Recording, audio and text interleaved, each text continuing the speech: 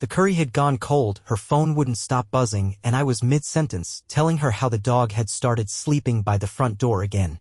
Like he was waiting for someone who was never coming back. That's when she hit me with it. I slept with my boss. Just like that. No build-up. No emotion. Like she was mentioning we ran out of almond milk. Her tone was flat, steady. She didn't even blink. Just gave her wine a slow swirl. I still locked on the glass like it held more meaning than the words she'd just spoken. My fork froze halfway to my mouth. I stared right at her, not through her, not around her. Right at her. And in that moment of stillness, something clicked in my bones. She wasn't looking for forgiveness. She was daring me to make her feel guilty. I didn't give her that. I didn't ask who he was. Didn't ask when it happened or what he whispered to her that I hadn't in the 15 years we'd built a life together. No questions. I just lowered my fork, placed it gently on the edge of my plate. Reached for a napkin. Wiped my hands slowly like I was finishing a meal I hadn't tasted. Folded it clean, neat, like I was sealing away the last decent conversation we'd ever have. Then I stood. She didn't even raise her head. Just kept eating like I was a passing breeze she'd already felt coming. No apology. No hesitation. No, it was a mistake. Not even a damn shrug. And that's when I saw it clearly. This wasn't the start of a fight. It was her final act. A closing line rehearsed in her head, probably while fixing her eyeliner in the rearview mirror of her boss's car. She'd been itching to drop that line just to see how I'd break. But I didn't break. I walked to the sink, washed my hands with the same steady calm I use when fixing corrupted backups at work. Dried them slowly. Outside the window, I watched the condensation trail down the glass, like even the steam was trying to escape. Behind me, I heard her fork hit the plate. Then the splash of more wine. I opened the fridge, grabbed a bottle of water. Took a long sip, not because I was thirsty, but because my hands needed something to do. Something other than shatter the silence she just detonated in our kitchen.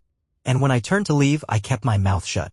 Not because I had nothing to say, but because what I was about to do didn't need words. She thought this was a game. A power move. What she didn't know. I don't play games unless I've already won. She expected shouting, slammed doors, maybe me sobbing in the garage like some sitcom punchline. That's what she was ready for, an explosion she could cry over, then sweep under the rug with a few I didn't mean it s. But I gave her nothing. Just silence. And that silence? It hit harder than any word ever could. I headed upstairs. Calm. Measured. No drama. No stomping. The kind of quiet that makes predators nervous when the prey doesn't run. She stayed on the couch, scrolling through Netflix and texting like she hadn't just cracked my ribs open and walked away. She didn't even pause the show. I shut the bedroom door behind me and sat at my desk, the same desk she once mocked for being old school. Said real professionals work in the cloud. Guess what? So do I. That's where I started. I uploaded everything: old tax returns, asset records, the prenup scan. Encrypted. Backed up in triplicate. Nothing labeled, obviously. One folder was called Q3 Strategy. Another looked like old vacation photos. Just in case she ever snooped, I wanted her to scroll right past. I opened the prenup. Found Section 9C. Breach of fidelity. Forfeit spousal financial claim. Copied it into a new PDF. Added a handwritten note. Scanned it. My signature was too neat, too fresh. So I crumpled the paper a bit. Scanned again. Perfect. Looked real. Felt real. At exactly 9:27 p.m. she sent someone a laughing emoji. I know that because her messages still mirrored to the family iPad. She forgot about that. Synced it last year for some work thing. Never turned it off. I watched the emoji blink across the screen. She was laughing. Fine. Let her. Let her feel like nothing could touch her. I opened a new folder on my desktop. Didn't even hide it. Right there in the center. I called it Truth. But after a second I renamed it. Truth felt soft. Passive. I needed something sharper. I named it Table. Because when the time came I wouldn't be shouting across the room. I'd be laying everything out on the table. I wasn't just laying the table, I was setting it up so perfectly she'd choke on every single thing I'd laid out. Inside that folder, I started stacking the evidence. Screenshots from her cloud backups. A timeline charting her so-called late work nights, all synced with rideshare receipts. Even that Slack message she once casually showed me, her boss asking her out for drinks, just the two of them. I matched the timestamp on that message with a charge from her card, same night, same hotel bar. Then 2 nights later? Another charge. Same hotel. Different excuse, I'm sure. But her GPS? That told the real story. Turns out the family safety app that tracks our dog Walker also tracks her quietly in the background as long as it's installed. And she never bothered to delete it. She always thought I was the slower one. Out of touch. A step behind. What she forgot is, this is my field. I work in IT. I build recovery plans for systems people forgot how to maintain. And she was just another broken one waiting for me to pull the plug. Later that night, I heard her upstairs. Humming. Brushing her teeth. Patting across the bedroom floor like she hadn't just demolished 15 years of marriage in the middle of dinner. I heard the bed creak under her as she settled in, no hesitation, no second thoughts.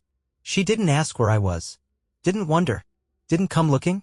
Thing is, when you're married to someone like me, you stop noticing when we vanish. Until that silence is the only thing that's still breathing in the house. At exactly 11:39 p.m. I was in the garage. Driver's door open. Radio off. Phone face down. Engine off. I didn't need movement. I needed stillness. The gentle whoosh of the air duct. That faint, oily smell of WD-40. The way my own breath echoed back at me. It helped me focus. On the passenger seat, a black flash drive sat like it had always belonged there. Plain. 64 gigs. The kind we order by the dozen for demo kits. And on it? Everything. Text messages. GPS logs. That night she told me she was at a team-building retreat, but I had an Uber Eats receipt that said otherwise. Hotel food delivered to a place 2 towns over. Even a voice recording. Her laugh. Clear as day. Telling someone he still thinks I'm on a Zoom call.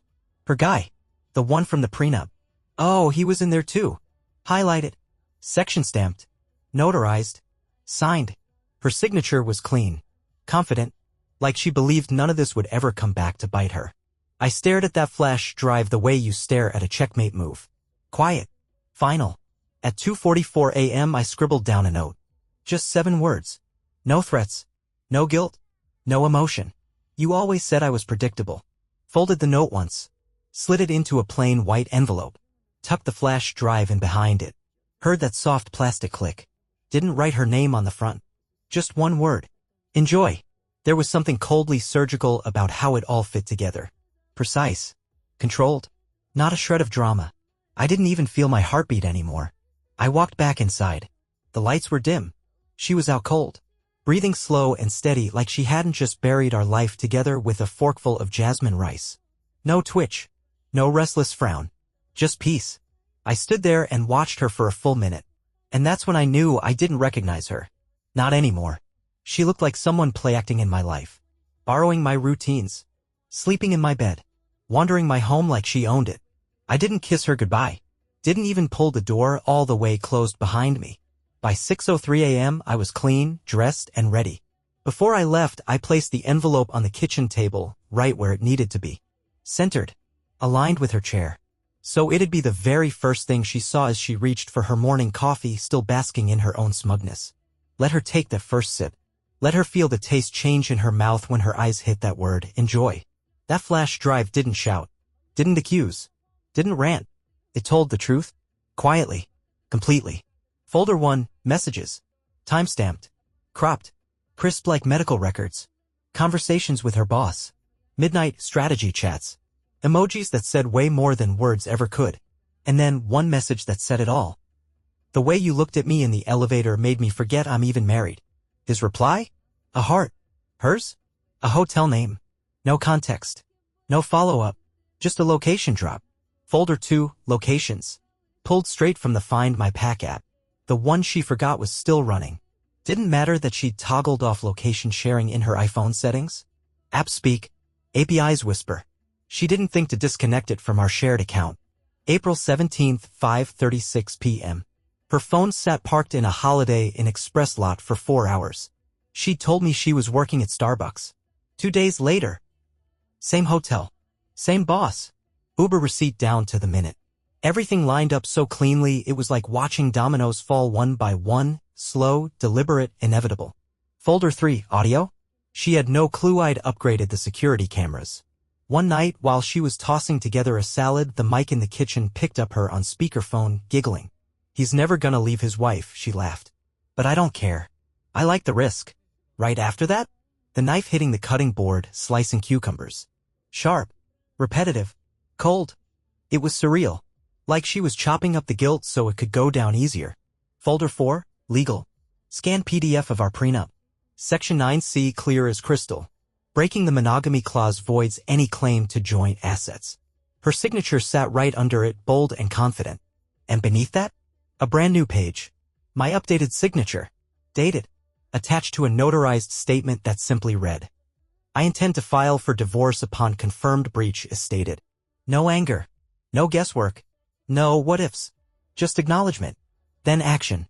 Every file was labeled with cold precision, no drama, no petty file names like cheater evidence or Melissa exposed. That would have made it feel like revenge. This wasn't revenge. This was documentation. By the time she opened that flash drive, she wouldn't be wondering if I knew, she'd be trying to figure out how long I'd been watching. The answer? Long enough for the universe to answer back when she finally said, so what? At exactly 9:01 a.m., my phone lit up. I was at a downtown office, sipping bitter coffee across from Mark Ellison, divorce attorney, known for navigating battlefield-level splits without blinking. He didn't flinch when I said, I want her out. Out of my house. Out of my accounts. Out of my life. Caller ID, Melissa Mobile. I didn't pick up. Mark slid a legal pad across the desk. Timeline? Documents? Digital proof. I opened my laptop and pulled up the folder titled for _counsel. It was a mirrored copy of the original table directory. All backed up. All clean, I said. Another buzz. Text message. Melissa, what is this? What is this? Third buzz. Melissa, Ethan, please call me. I didn't mean it like that. Ah, there it was. The retreat. The scramble. The oh no moment. I could picture her standing in the kitchen in that overpriced robe, espresso cup trembling, the envelope already torn open. She probably expected a note, maybe even an apology. Instead, she found the truth. Curated. Sharp. Brutal. And that flash drive? It didn't offer a conversation. It ended one. Buzz. Melissa, we need to talk. Please. I didn't know you had this. Of course she didn't. She thought I was the forgetful guy who needed calendar reminders just to buy flowers. The guy who checked locks twice out of habit, not calculation. She mistook quiet for clueless. Stillness for sleep. But I work in systems that demand backups, redundancies, and disaster plans. I don't build anything that breaks without a fallback. So when she bet our marriage on one reckless night with a C-suite wannabe, she never realized I was already 3 moves ahead, my exit plan quietly running in the background while she laughed into hotel pillows. Mark skimmed the prenup and raised an eyebrow. You already highlighted the clause, he said. Saves us both time, I replied. He gave a dry chuckle. You're cold, man. No, I said, sliding the flash drive across the table. I'm just done being the fool. Buzz. Final message. Melissa, if we're still married, you owe me a conversation. I turned the phone face down, not on silent. I wanted to feel the next vibration. Let the room shake with her unraveling. She wasn't spiraling because she got caught. She was spiraling because she never expected I'd be ready. I didn't yell. I didn't curse. I just prepared. And when she realized that envelope wasn't a threat, it was a verdict, she lost it. 9:26 a.m. Her first move? Damage control. I got an alert, factory reset attempt on her phone. She tried to wipe it. Panic move. Rookie mistake. Too little. Way too late. Weeks ago, I'd already mirrored her iCloud onto a private server. Backed up. Timestamped. Even the stuff she thought she deleted? I had it saved. In triplicate. She was clawing at smoke, and now the fire was coming. Her next move? She called him Mr. Strategic Vision. Her boss. Also married. Also the golden boy her company liked to roll out when they needed to impress investors, polished, ethical, a walking poster for corporate stability. I watched the call ping across the mirrored tablet screen before she even ended it. That's the thing about syncing everything, you see the panic before it even speaks. The next 30 minutes? Chaos. She jumped into Slack and tried to wipe her message history. Turned off LinkedIn visibility. Cleared her browser cache. Deleted her notes app, the one where she once typed out a gem like, he says his wife's suspicious. Told me to lie low. Gone. Or so she thought. What she never understood was this. I had set up her work laptop to auto-forward every outgoing message to a shadow email account I controlled. I put that rule in place the day she rolled her eyes and called me paranoid right after I asked why she suddenly felt the need to bring her laptop into the bathroom. She blamed work stress. Said she was just on edge. Sure. On edge. Meanwhile, every late-night Slack. Every attachment. Every sketchy hotel confirmation that landed in the trash bin by accident. I had them all. Auto-forwarded, archived, date-stamped, categorized. And the piece de resistance?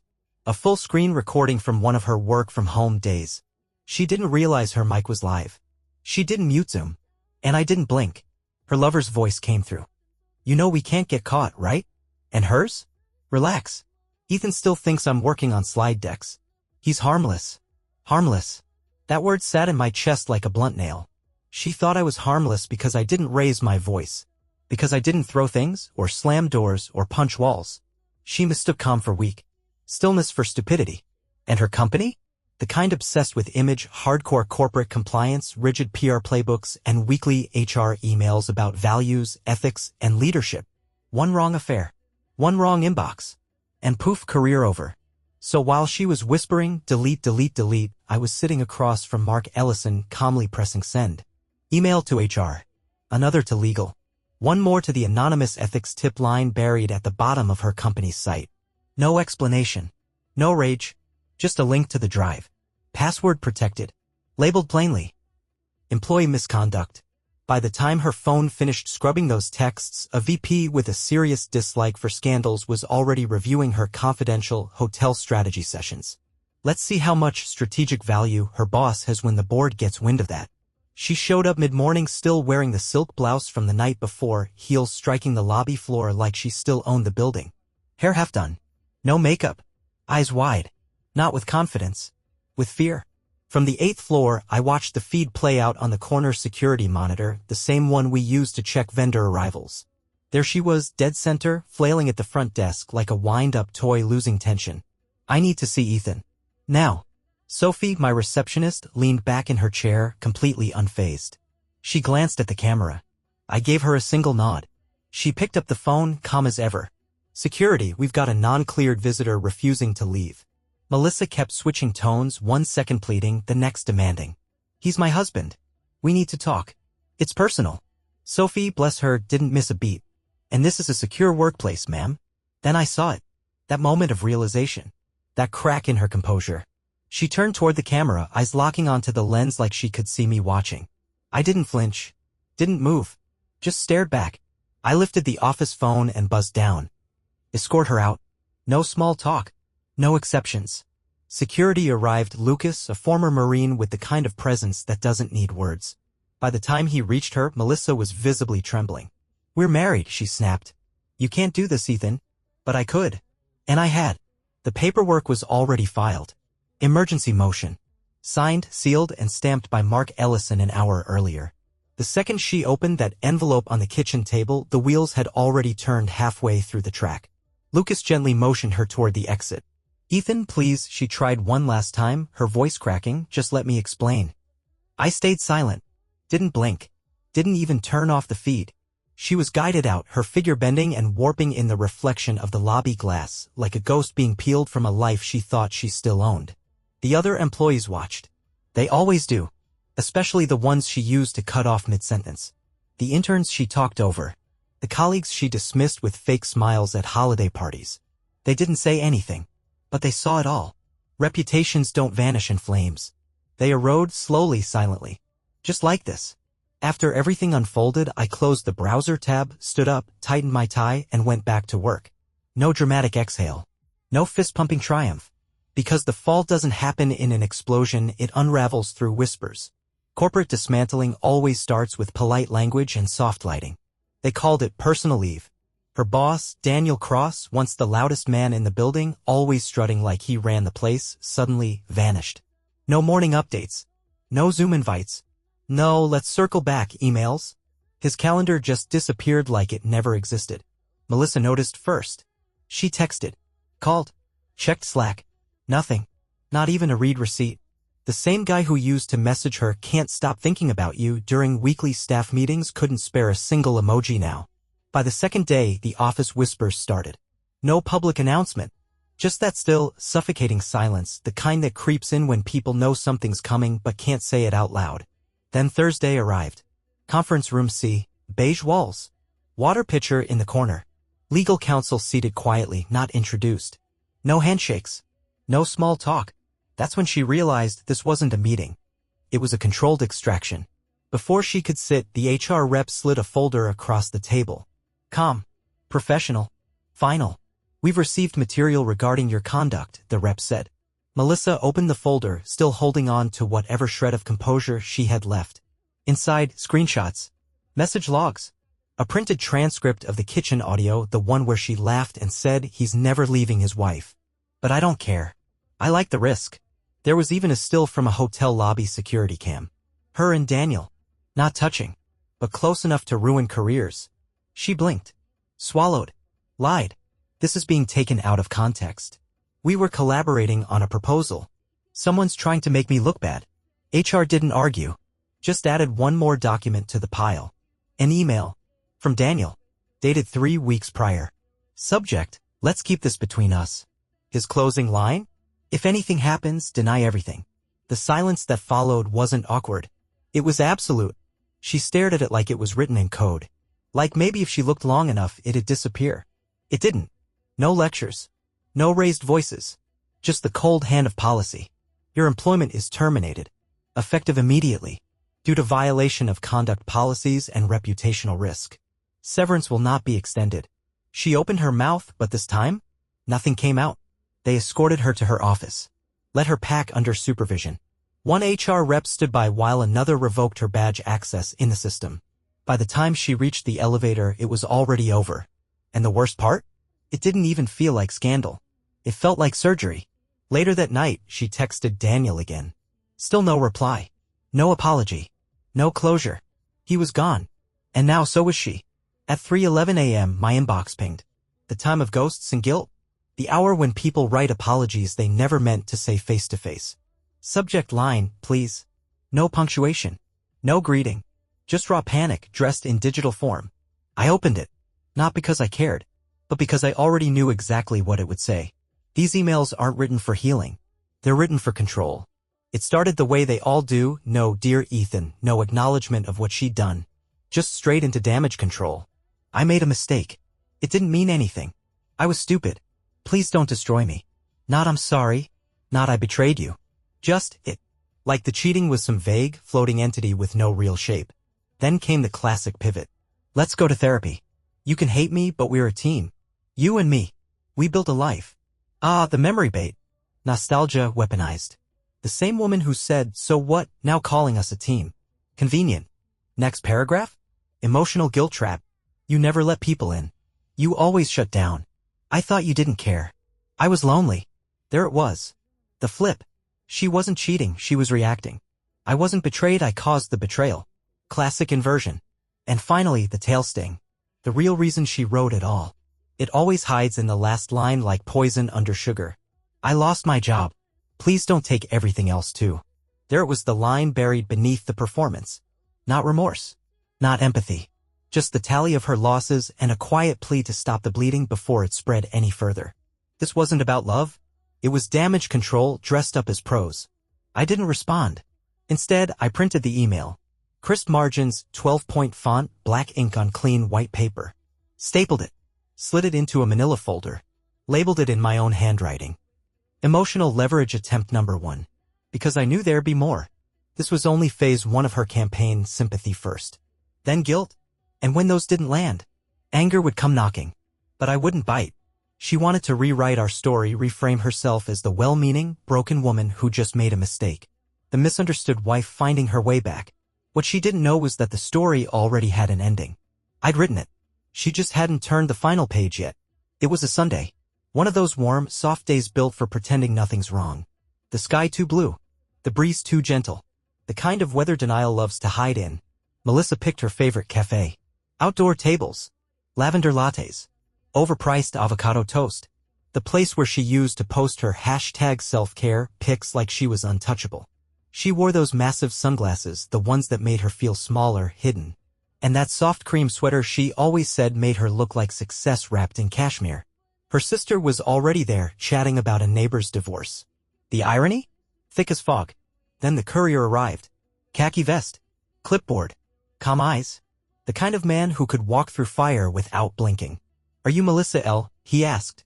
She blinked behind those sunglasses. Straightened her spine. Pulled out that clip tone she once used on junior staff and coffee shop clerks. Yes. No smile from him. Just a flat reply. You've been served. He handed her the envelope, nodded once, and walked away. She didn't open it right away. Just held it stiff in her hands like it might detonate if handled wrong. But paper doesn't flinch. It waits. Her sister leaned in. What's that? Melissa hesitated, then finally slipped one manicured finger beneath the seal and peeled it open. First line, bold and clear. Petition for dissolution of marriage. Below it, full invocation of the fidelity clause. 0 entitlement to shared assets. Then a custody claim for both dogs. Veterinary records attached showing I'd been the sole contact for the last 6.5 years. Itemized breakdown of protected trusts. Filed. Stamped. Legally airtight. She whispered it barely audible. My husband just destroyed me. Her sister frowned. Wait, what happened? But Melissa didn't answer. She just sat there, staring at the documents like they were written in a language she'd never learned. All around her, brunch went on. Forks clinked. Mimosas poured. Conversations bloomed. The world didn't pause for her breakdown. Why should it? She spent years curating an identity built on charm, perception, and control. Now, stripped of the script, she had nothing left but silence. Her hands trembled. Her mouth stayed dry. And for the first time, she couldn't spin the story. Because this one? She wasn't writing it anymore. I was. And I'd used permanent ink. She finally called, not to apologize, not to ask for forgiveness, but to negotiate real estate. I need time, Ethan. Please. Just a few weeks. I can't stay with my sister, and I can't go to my parents. You know how they are. I let her talk. Let the desperation bleed through that voice that used to sound so sure of itself. The same woman who once said, I don't believe in dependence, now begging for a place to sleep in the ruins she built. I didn't yell. Didn't bring up the hotel bills, or the Slack chats, or the smug little shrug she gave when she dropped her so what confession like a mic on the dinner table. I just asked, you read the lease lately? Silence. I did, I continued. And it's in my name. Just mine. Has been for 12 years. She said nothing. The rent's prepaid. 8 months in advance. From my trust. You never even saw the receipts. More silence. Heavy. Drenched. I flipped casually through the co-op rules I'd printed a few days earlier. Per tenant code and building policy, you've got 14 days from the notice of dissolution to vacate. Otherwise, it's a breach. She inhaled sharp. The beginning of a breakdown disguised as a breath. But where am I supposed to? Not my jurisdiction anymore, Melissa. She tried to hold herself together, reform her tears into something that might pass as persuasive. I'm not trying to fight, she whispered. Just don't humiliate me. There it was. Not sadness. Not guilt. Not even grief for the marriage. Humiliation. That's what scared her. Not losing me, losing face. So I gave her one more thing. Something the papers couldn't say. Something that would hit her in all the ways legal language never could. You remember George Mallon, right? Our neighbor upstairs, the one on the co-op board? Yeah. He knows. Why you're leaving, I mean. The pause on the other end of the line wasn't just silence. It was collapse. Right then, her mask shattered. The grip she kept on her image, her posture, her narrative, it all cracked in one breath. Because for her, it wasn't about being hated. It was about being talked about. This is the same woman who once spiraled for 3 straight days because a neighbor's wife said she wore too many accessories. And now? The image she spent years building, the flawless professional, the admired communicator, the doting wife, was being picked apart in whispers. Right here. In the same building she used to command with overly sweet smiles and passive-aggressive brunch invites. That night she left. No slammed doors. No hallway tears. She moved like a shadow. Quiet. Careful. Like the apartment might lunge at her if she stepped too loud. She packed with the silence of someone retreating from their own reflection. Left a half-used luxury moisturizer on the sink, a pair of red heels buried in the closet, and that framed photo of us in Florence, still upright on the bookshelf like it couldn't decide whether to haunt or beg. I didn't touch a thing. The next morning I had the locks changed. She technically had 10 days, but she never came back.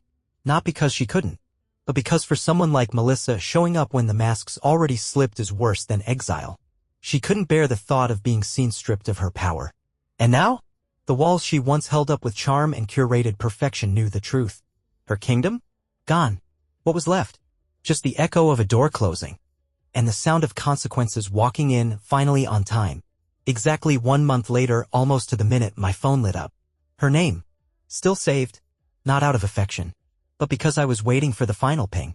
That last flicker from a life I'd already amputated. The message? Please. One coffee. One conversation. I want to feel human again. Human again. Like I was the one who stole that from her. Like her humanity hadn't started to rot the moment she looked me dead in the eye over takeout and said, "So what?" I stared at the screen. No anger. No fire. No backup plans or legal folders. Just stillness. She didn't want coffee. She wanted an audience. She wanted to crawl out of the rubble she created and use my dignity as scaffolding. So I typed, slow, steady, stripped of emotion. No venom. Just clarity. You felt powerful when you said, "So what?" That was your moment. This is mine. Then I blocked her. Phone. Email. Socials. Even unsubscribed her Spotify from our old shared playlist. I updated my inbox filters, set her name to skip straight to trash. Not archived. Not starred. Deleted. No more echoes. Then I walked into the kitchen. Same table. Same place. Still. Centered. Waiting for no one. I stood there a moment, remembering the envelope I once placed on it. The weight of it. The shift it caused without a single word raised. And now? No more paper. No more flash drives. No more scripts or rehearsals. Just polished wood. Quiet. Cold. Clean. Just like my new life. She ended it with a shrug. I ended it with a period.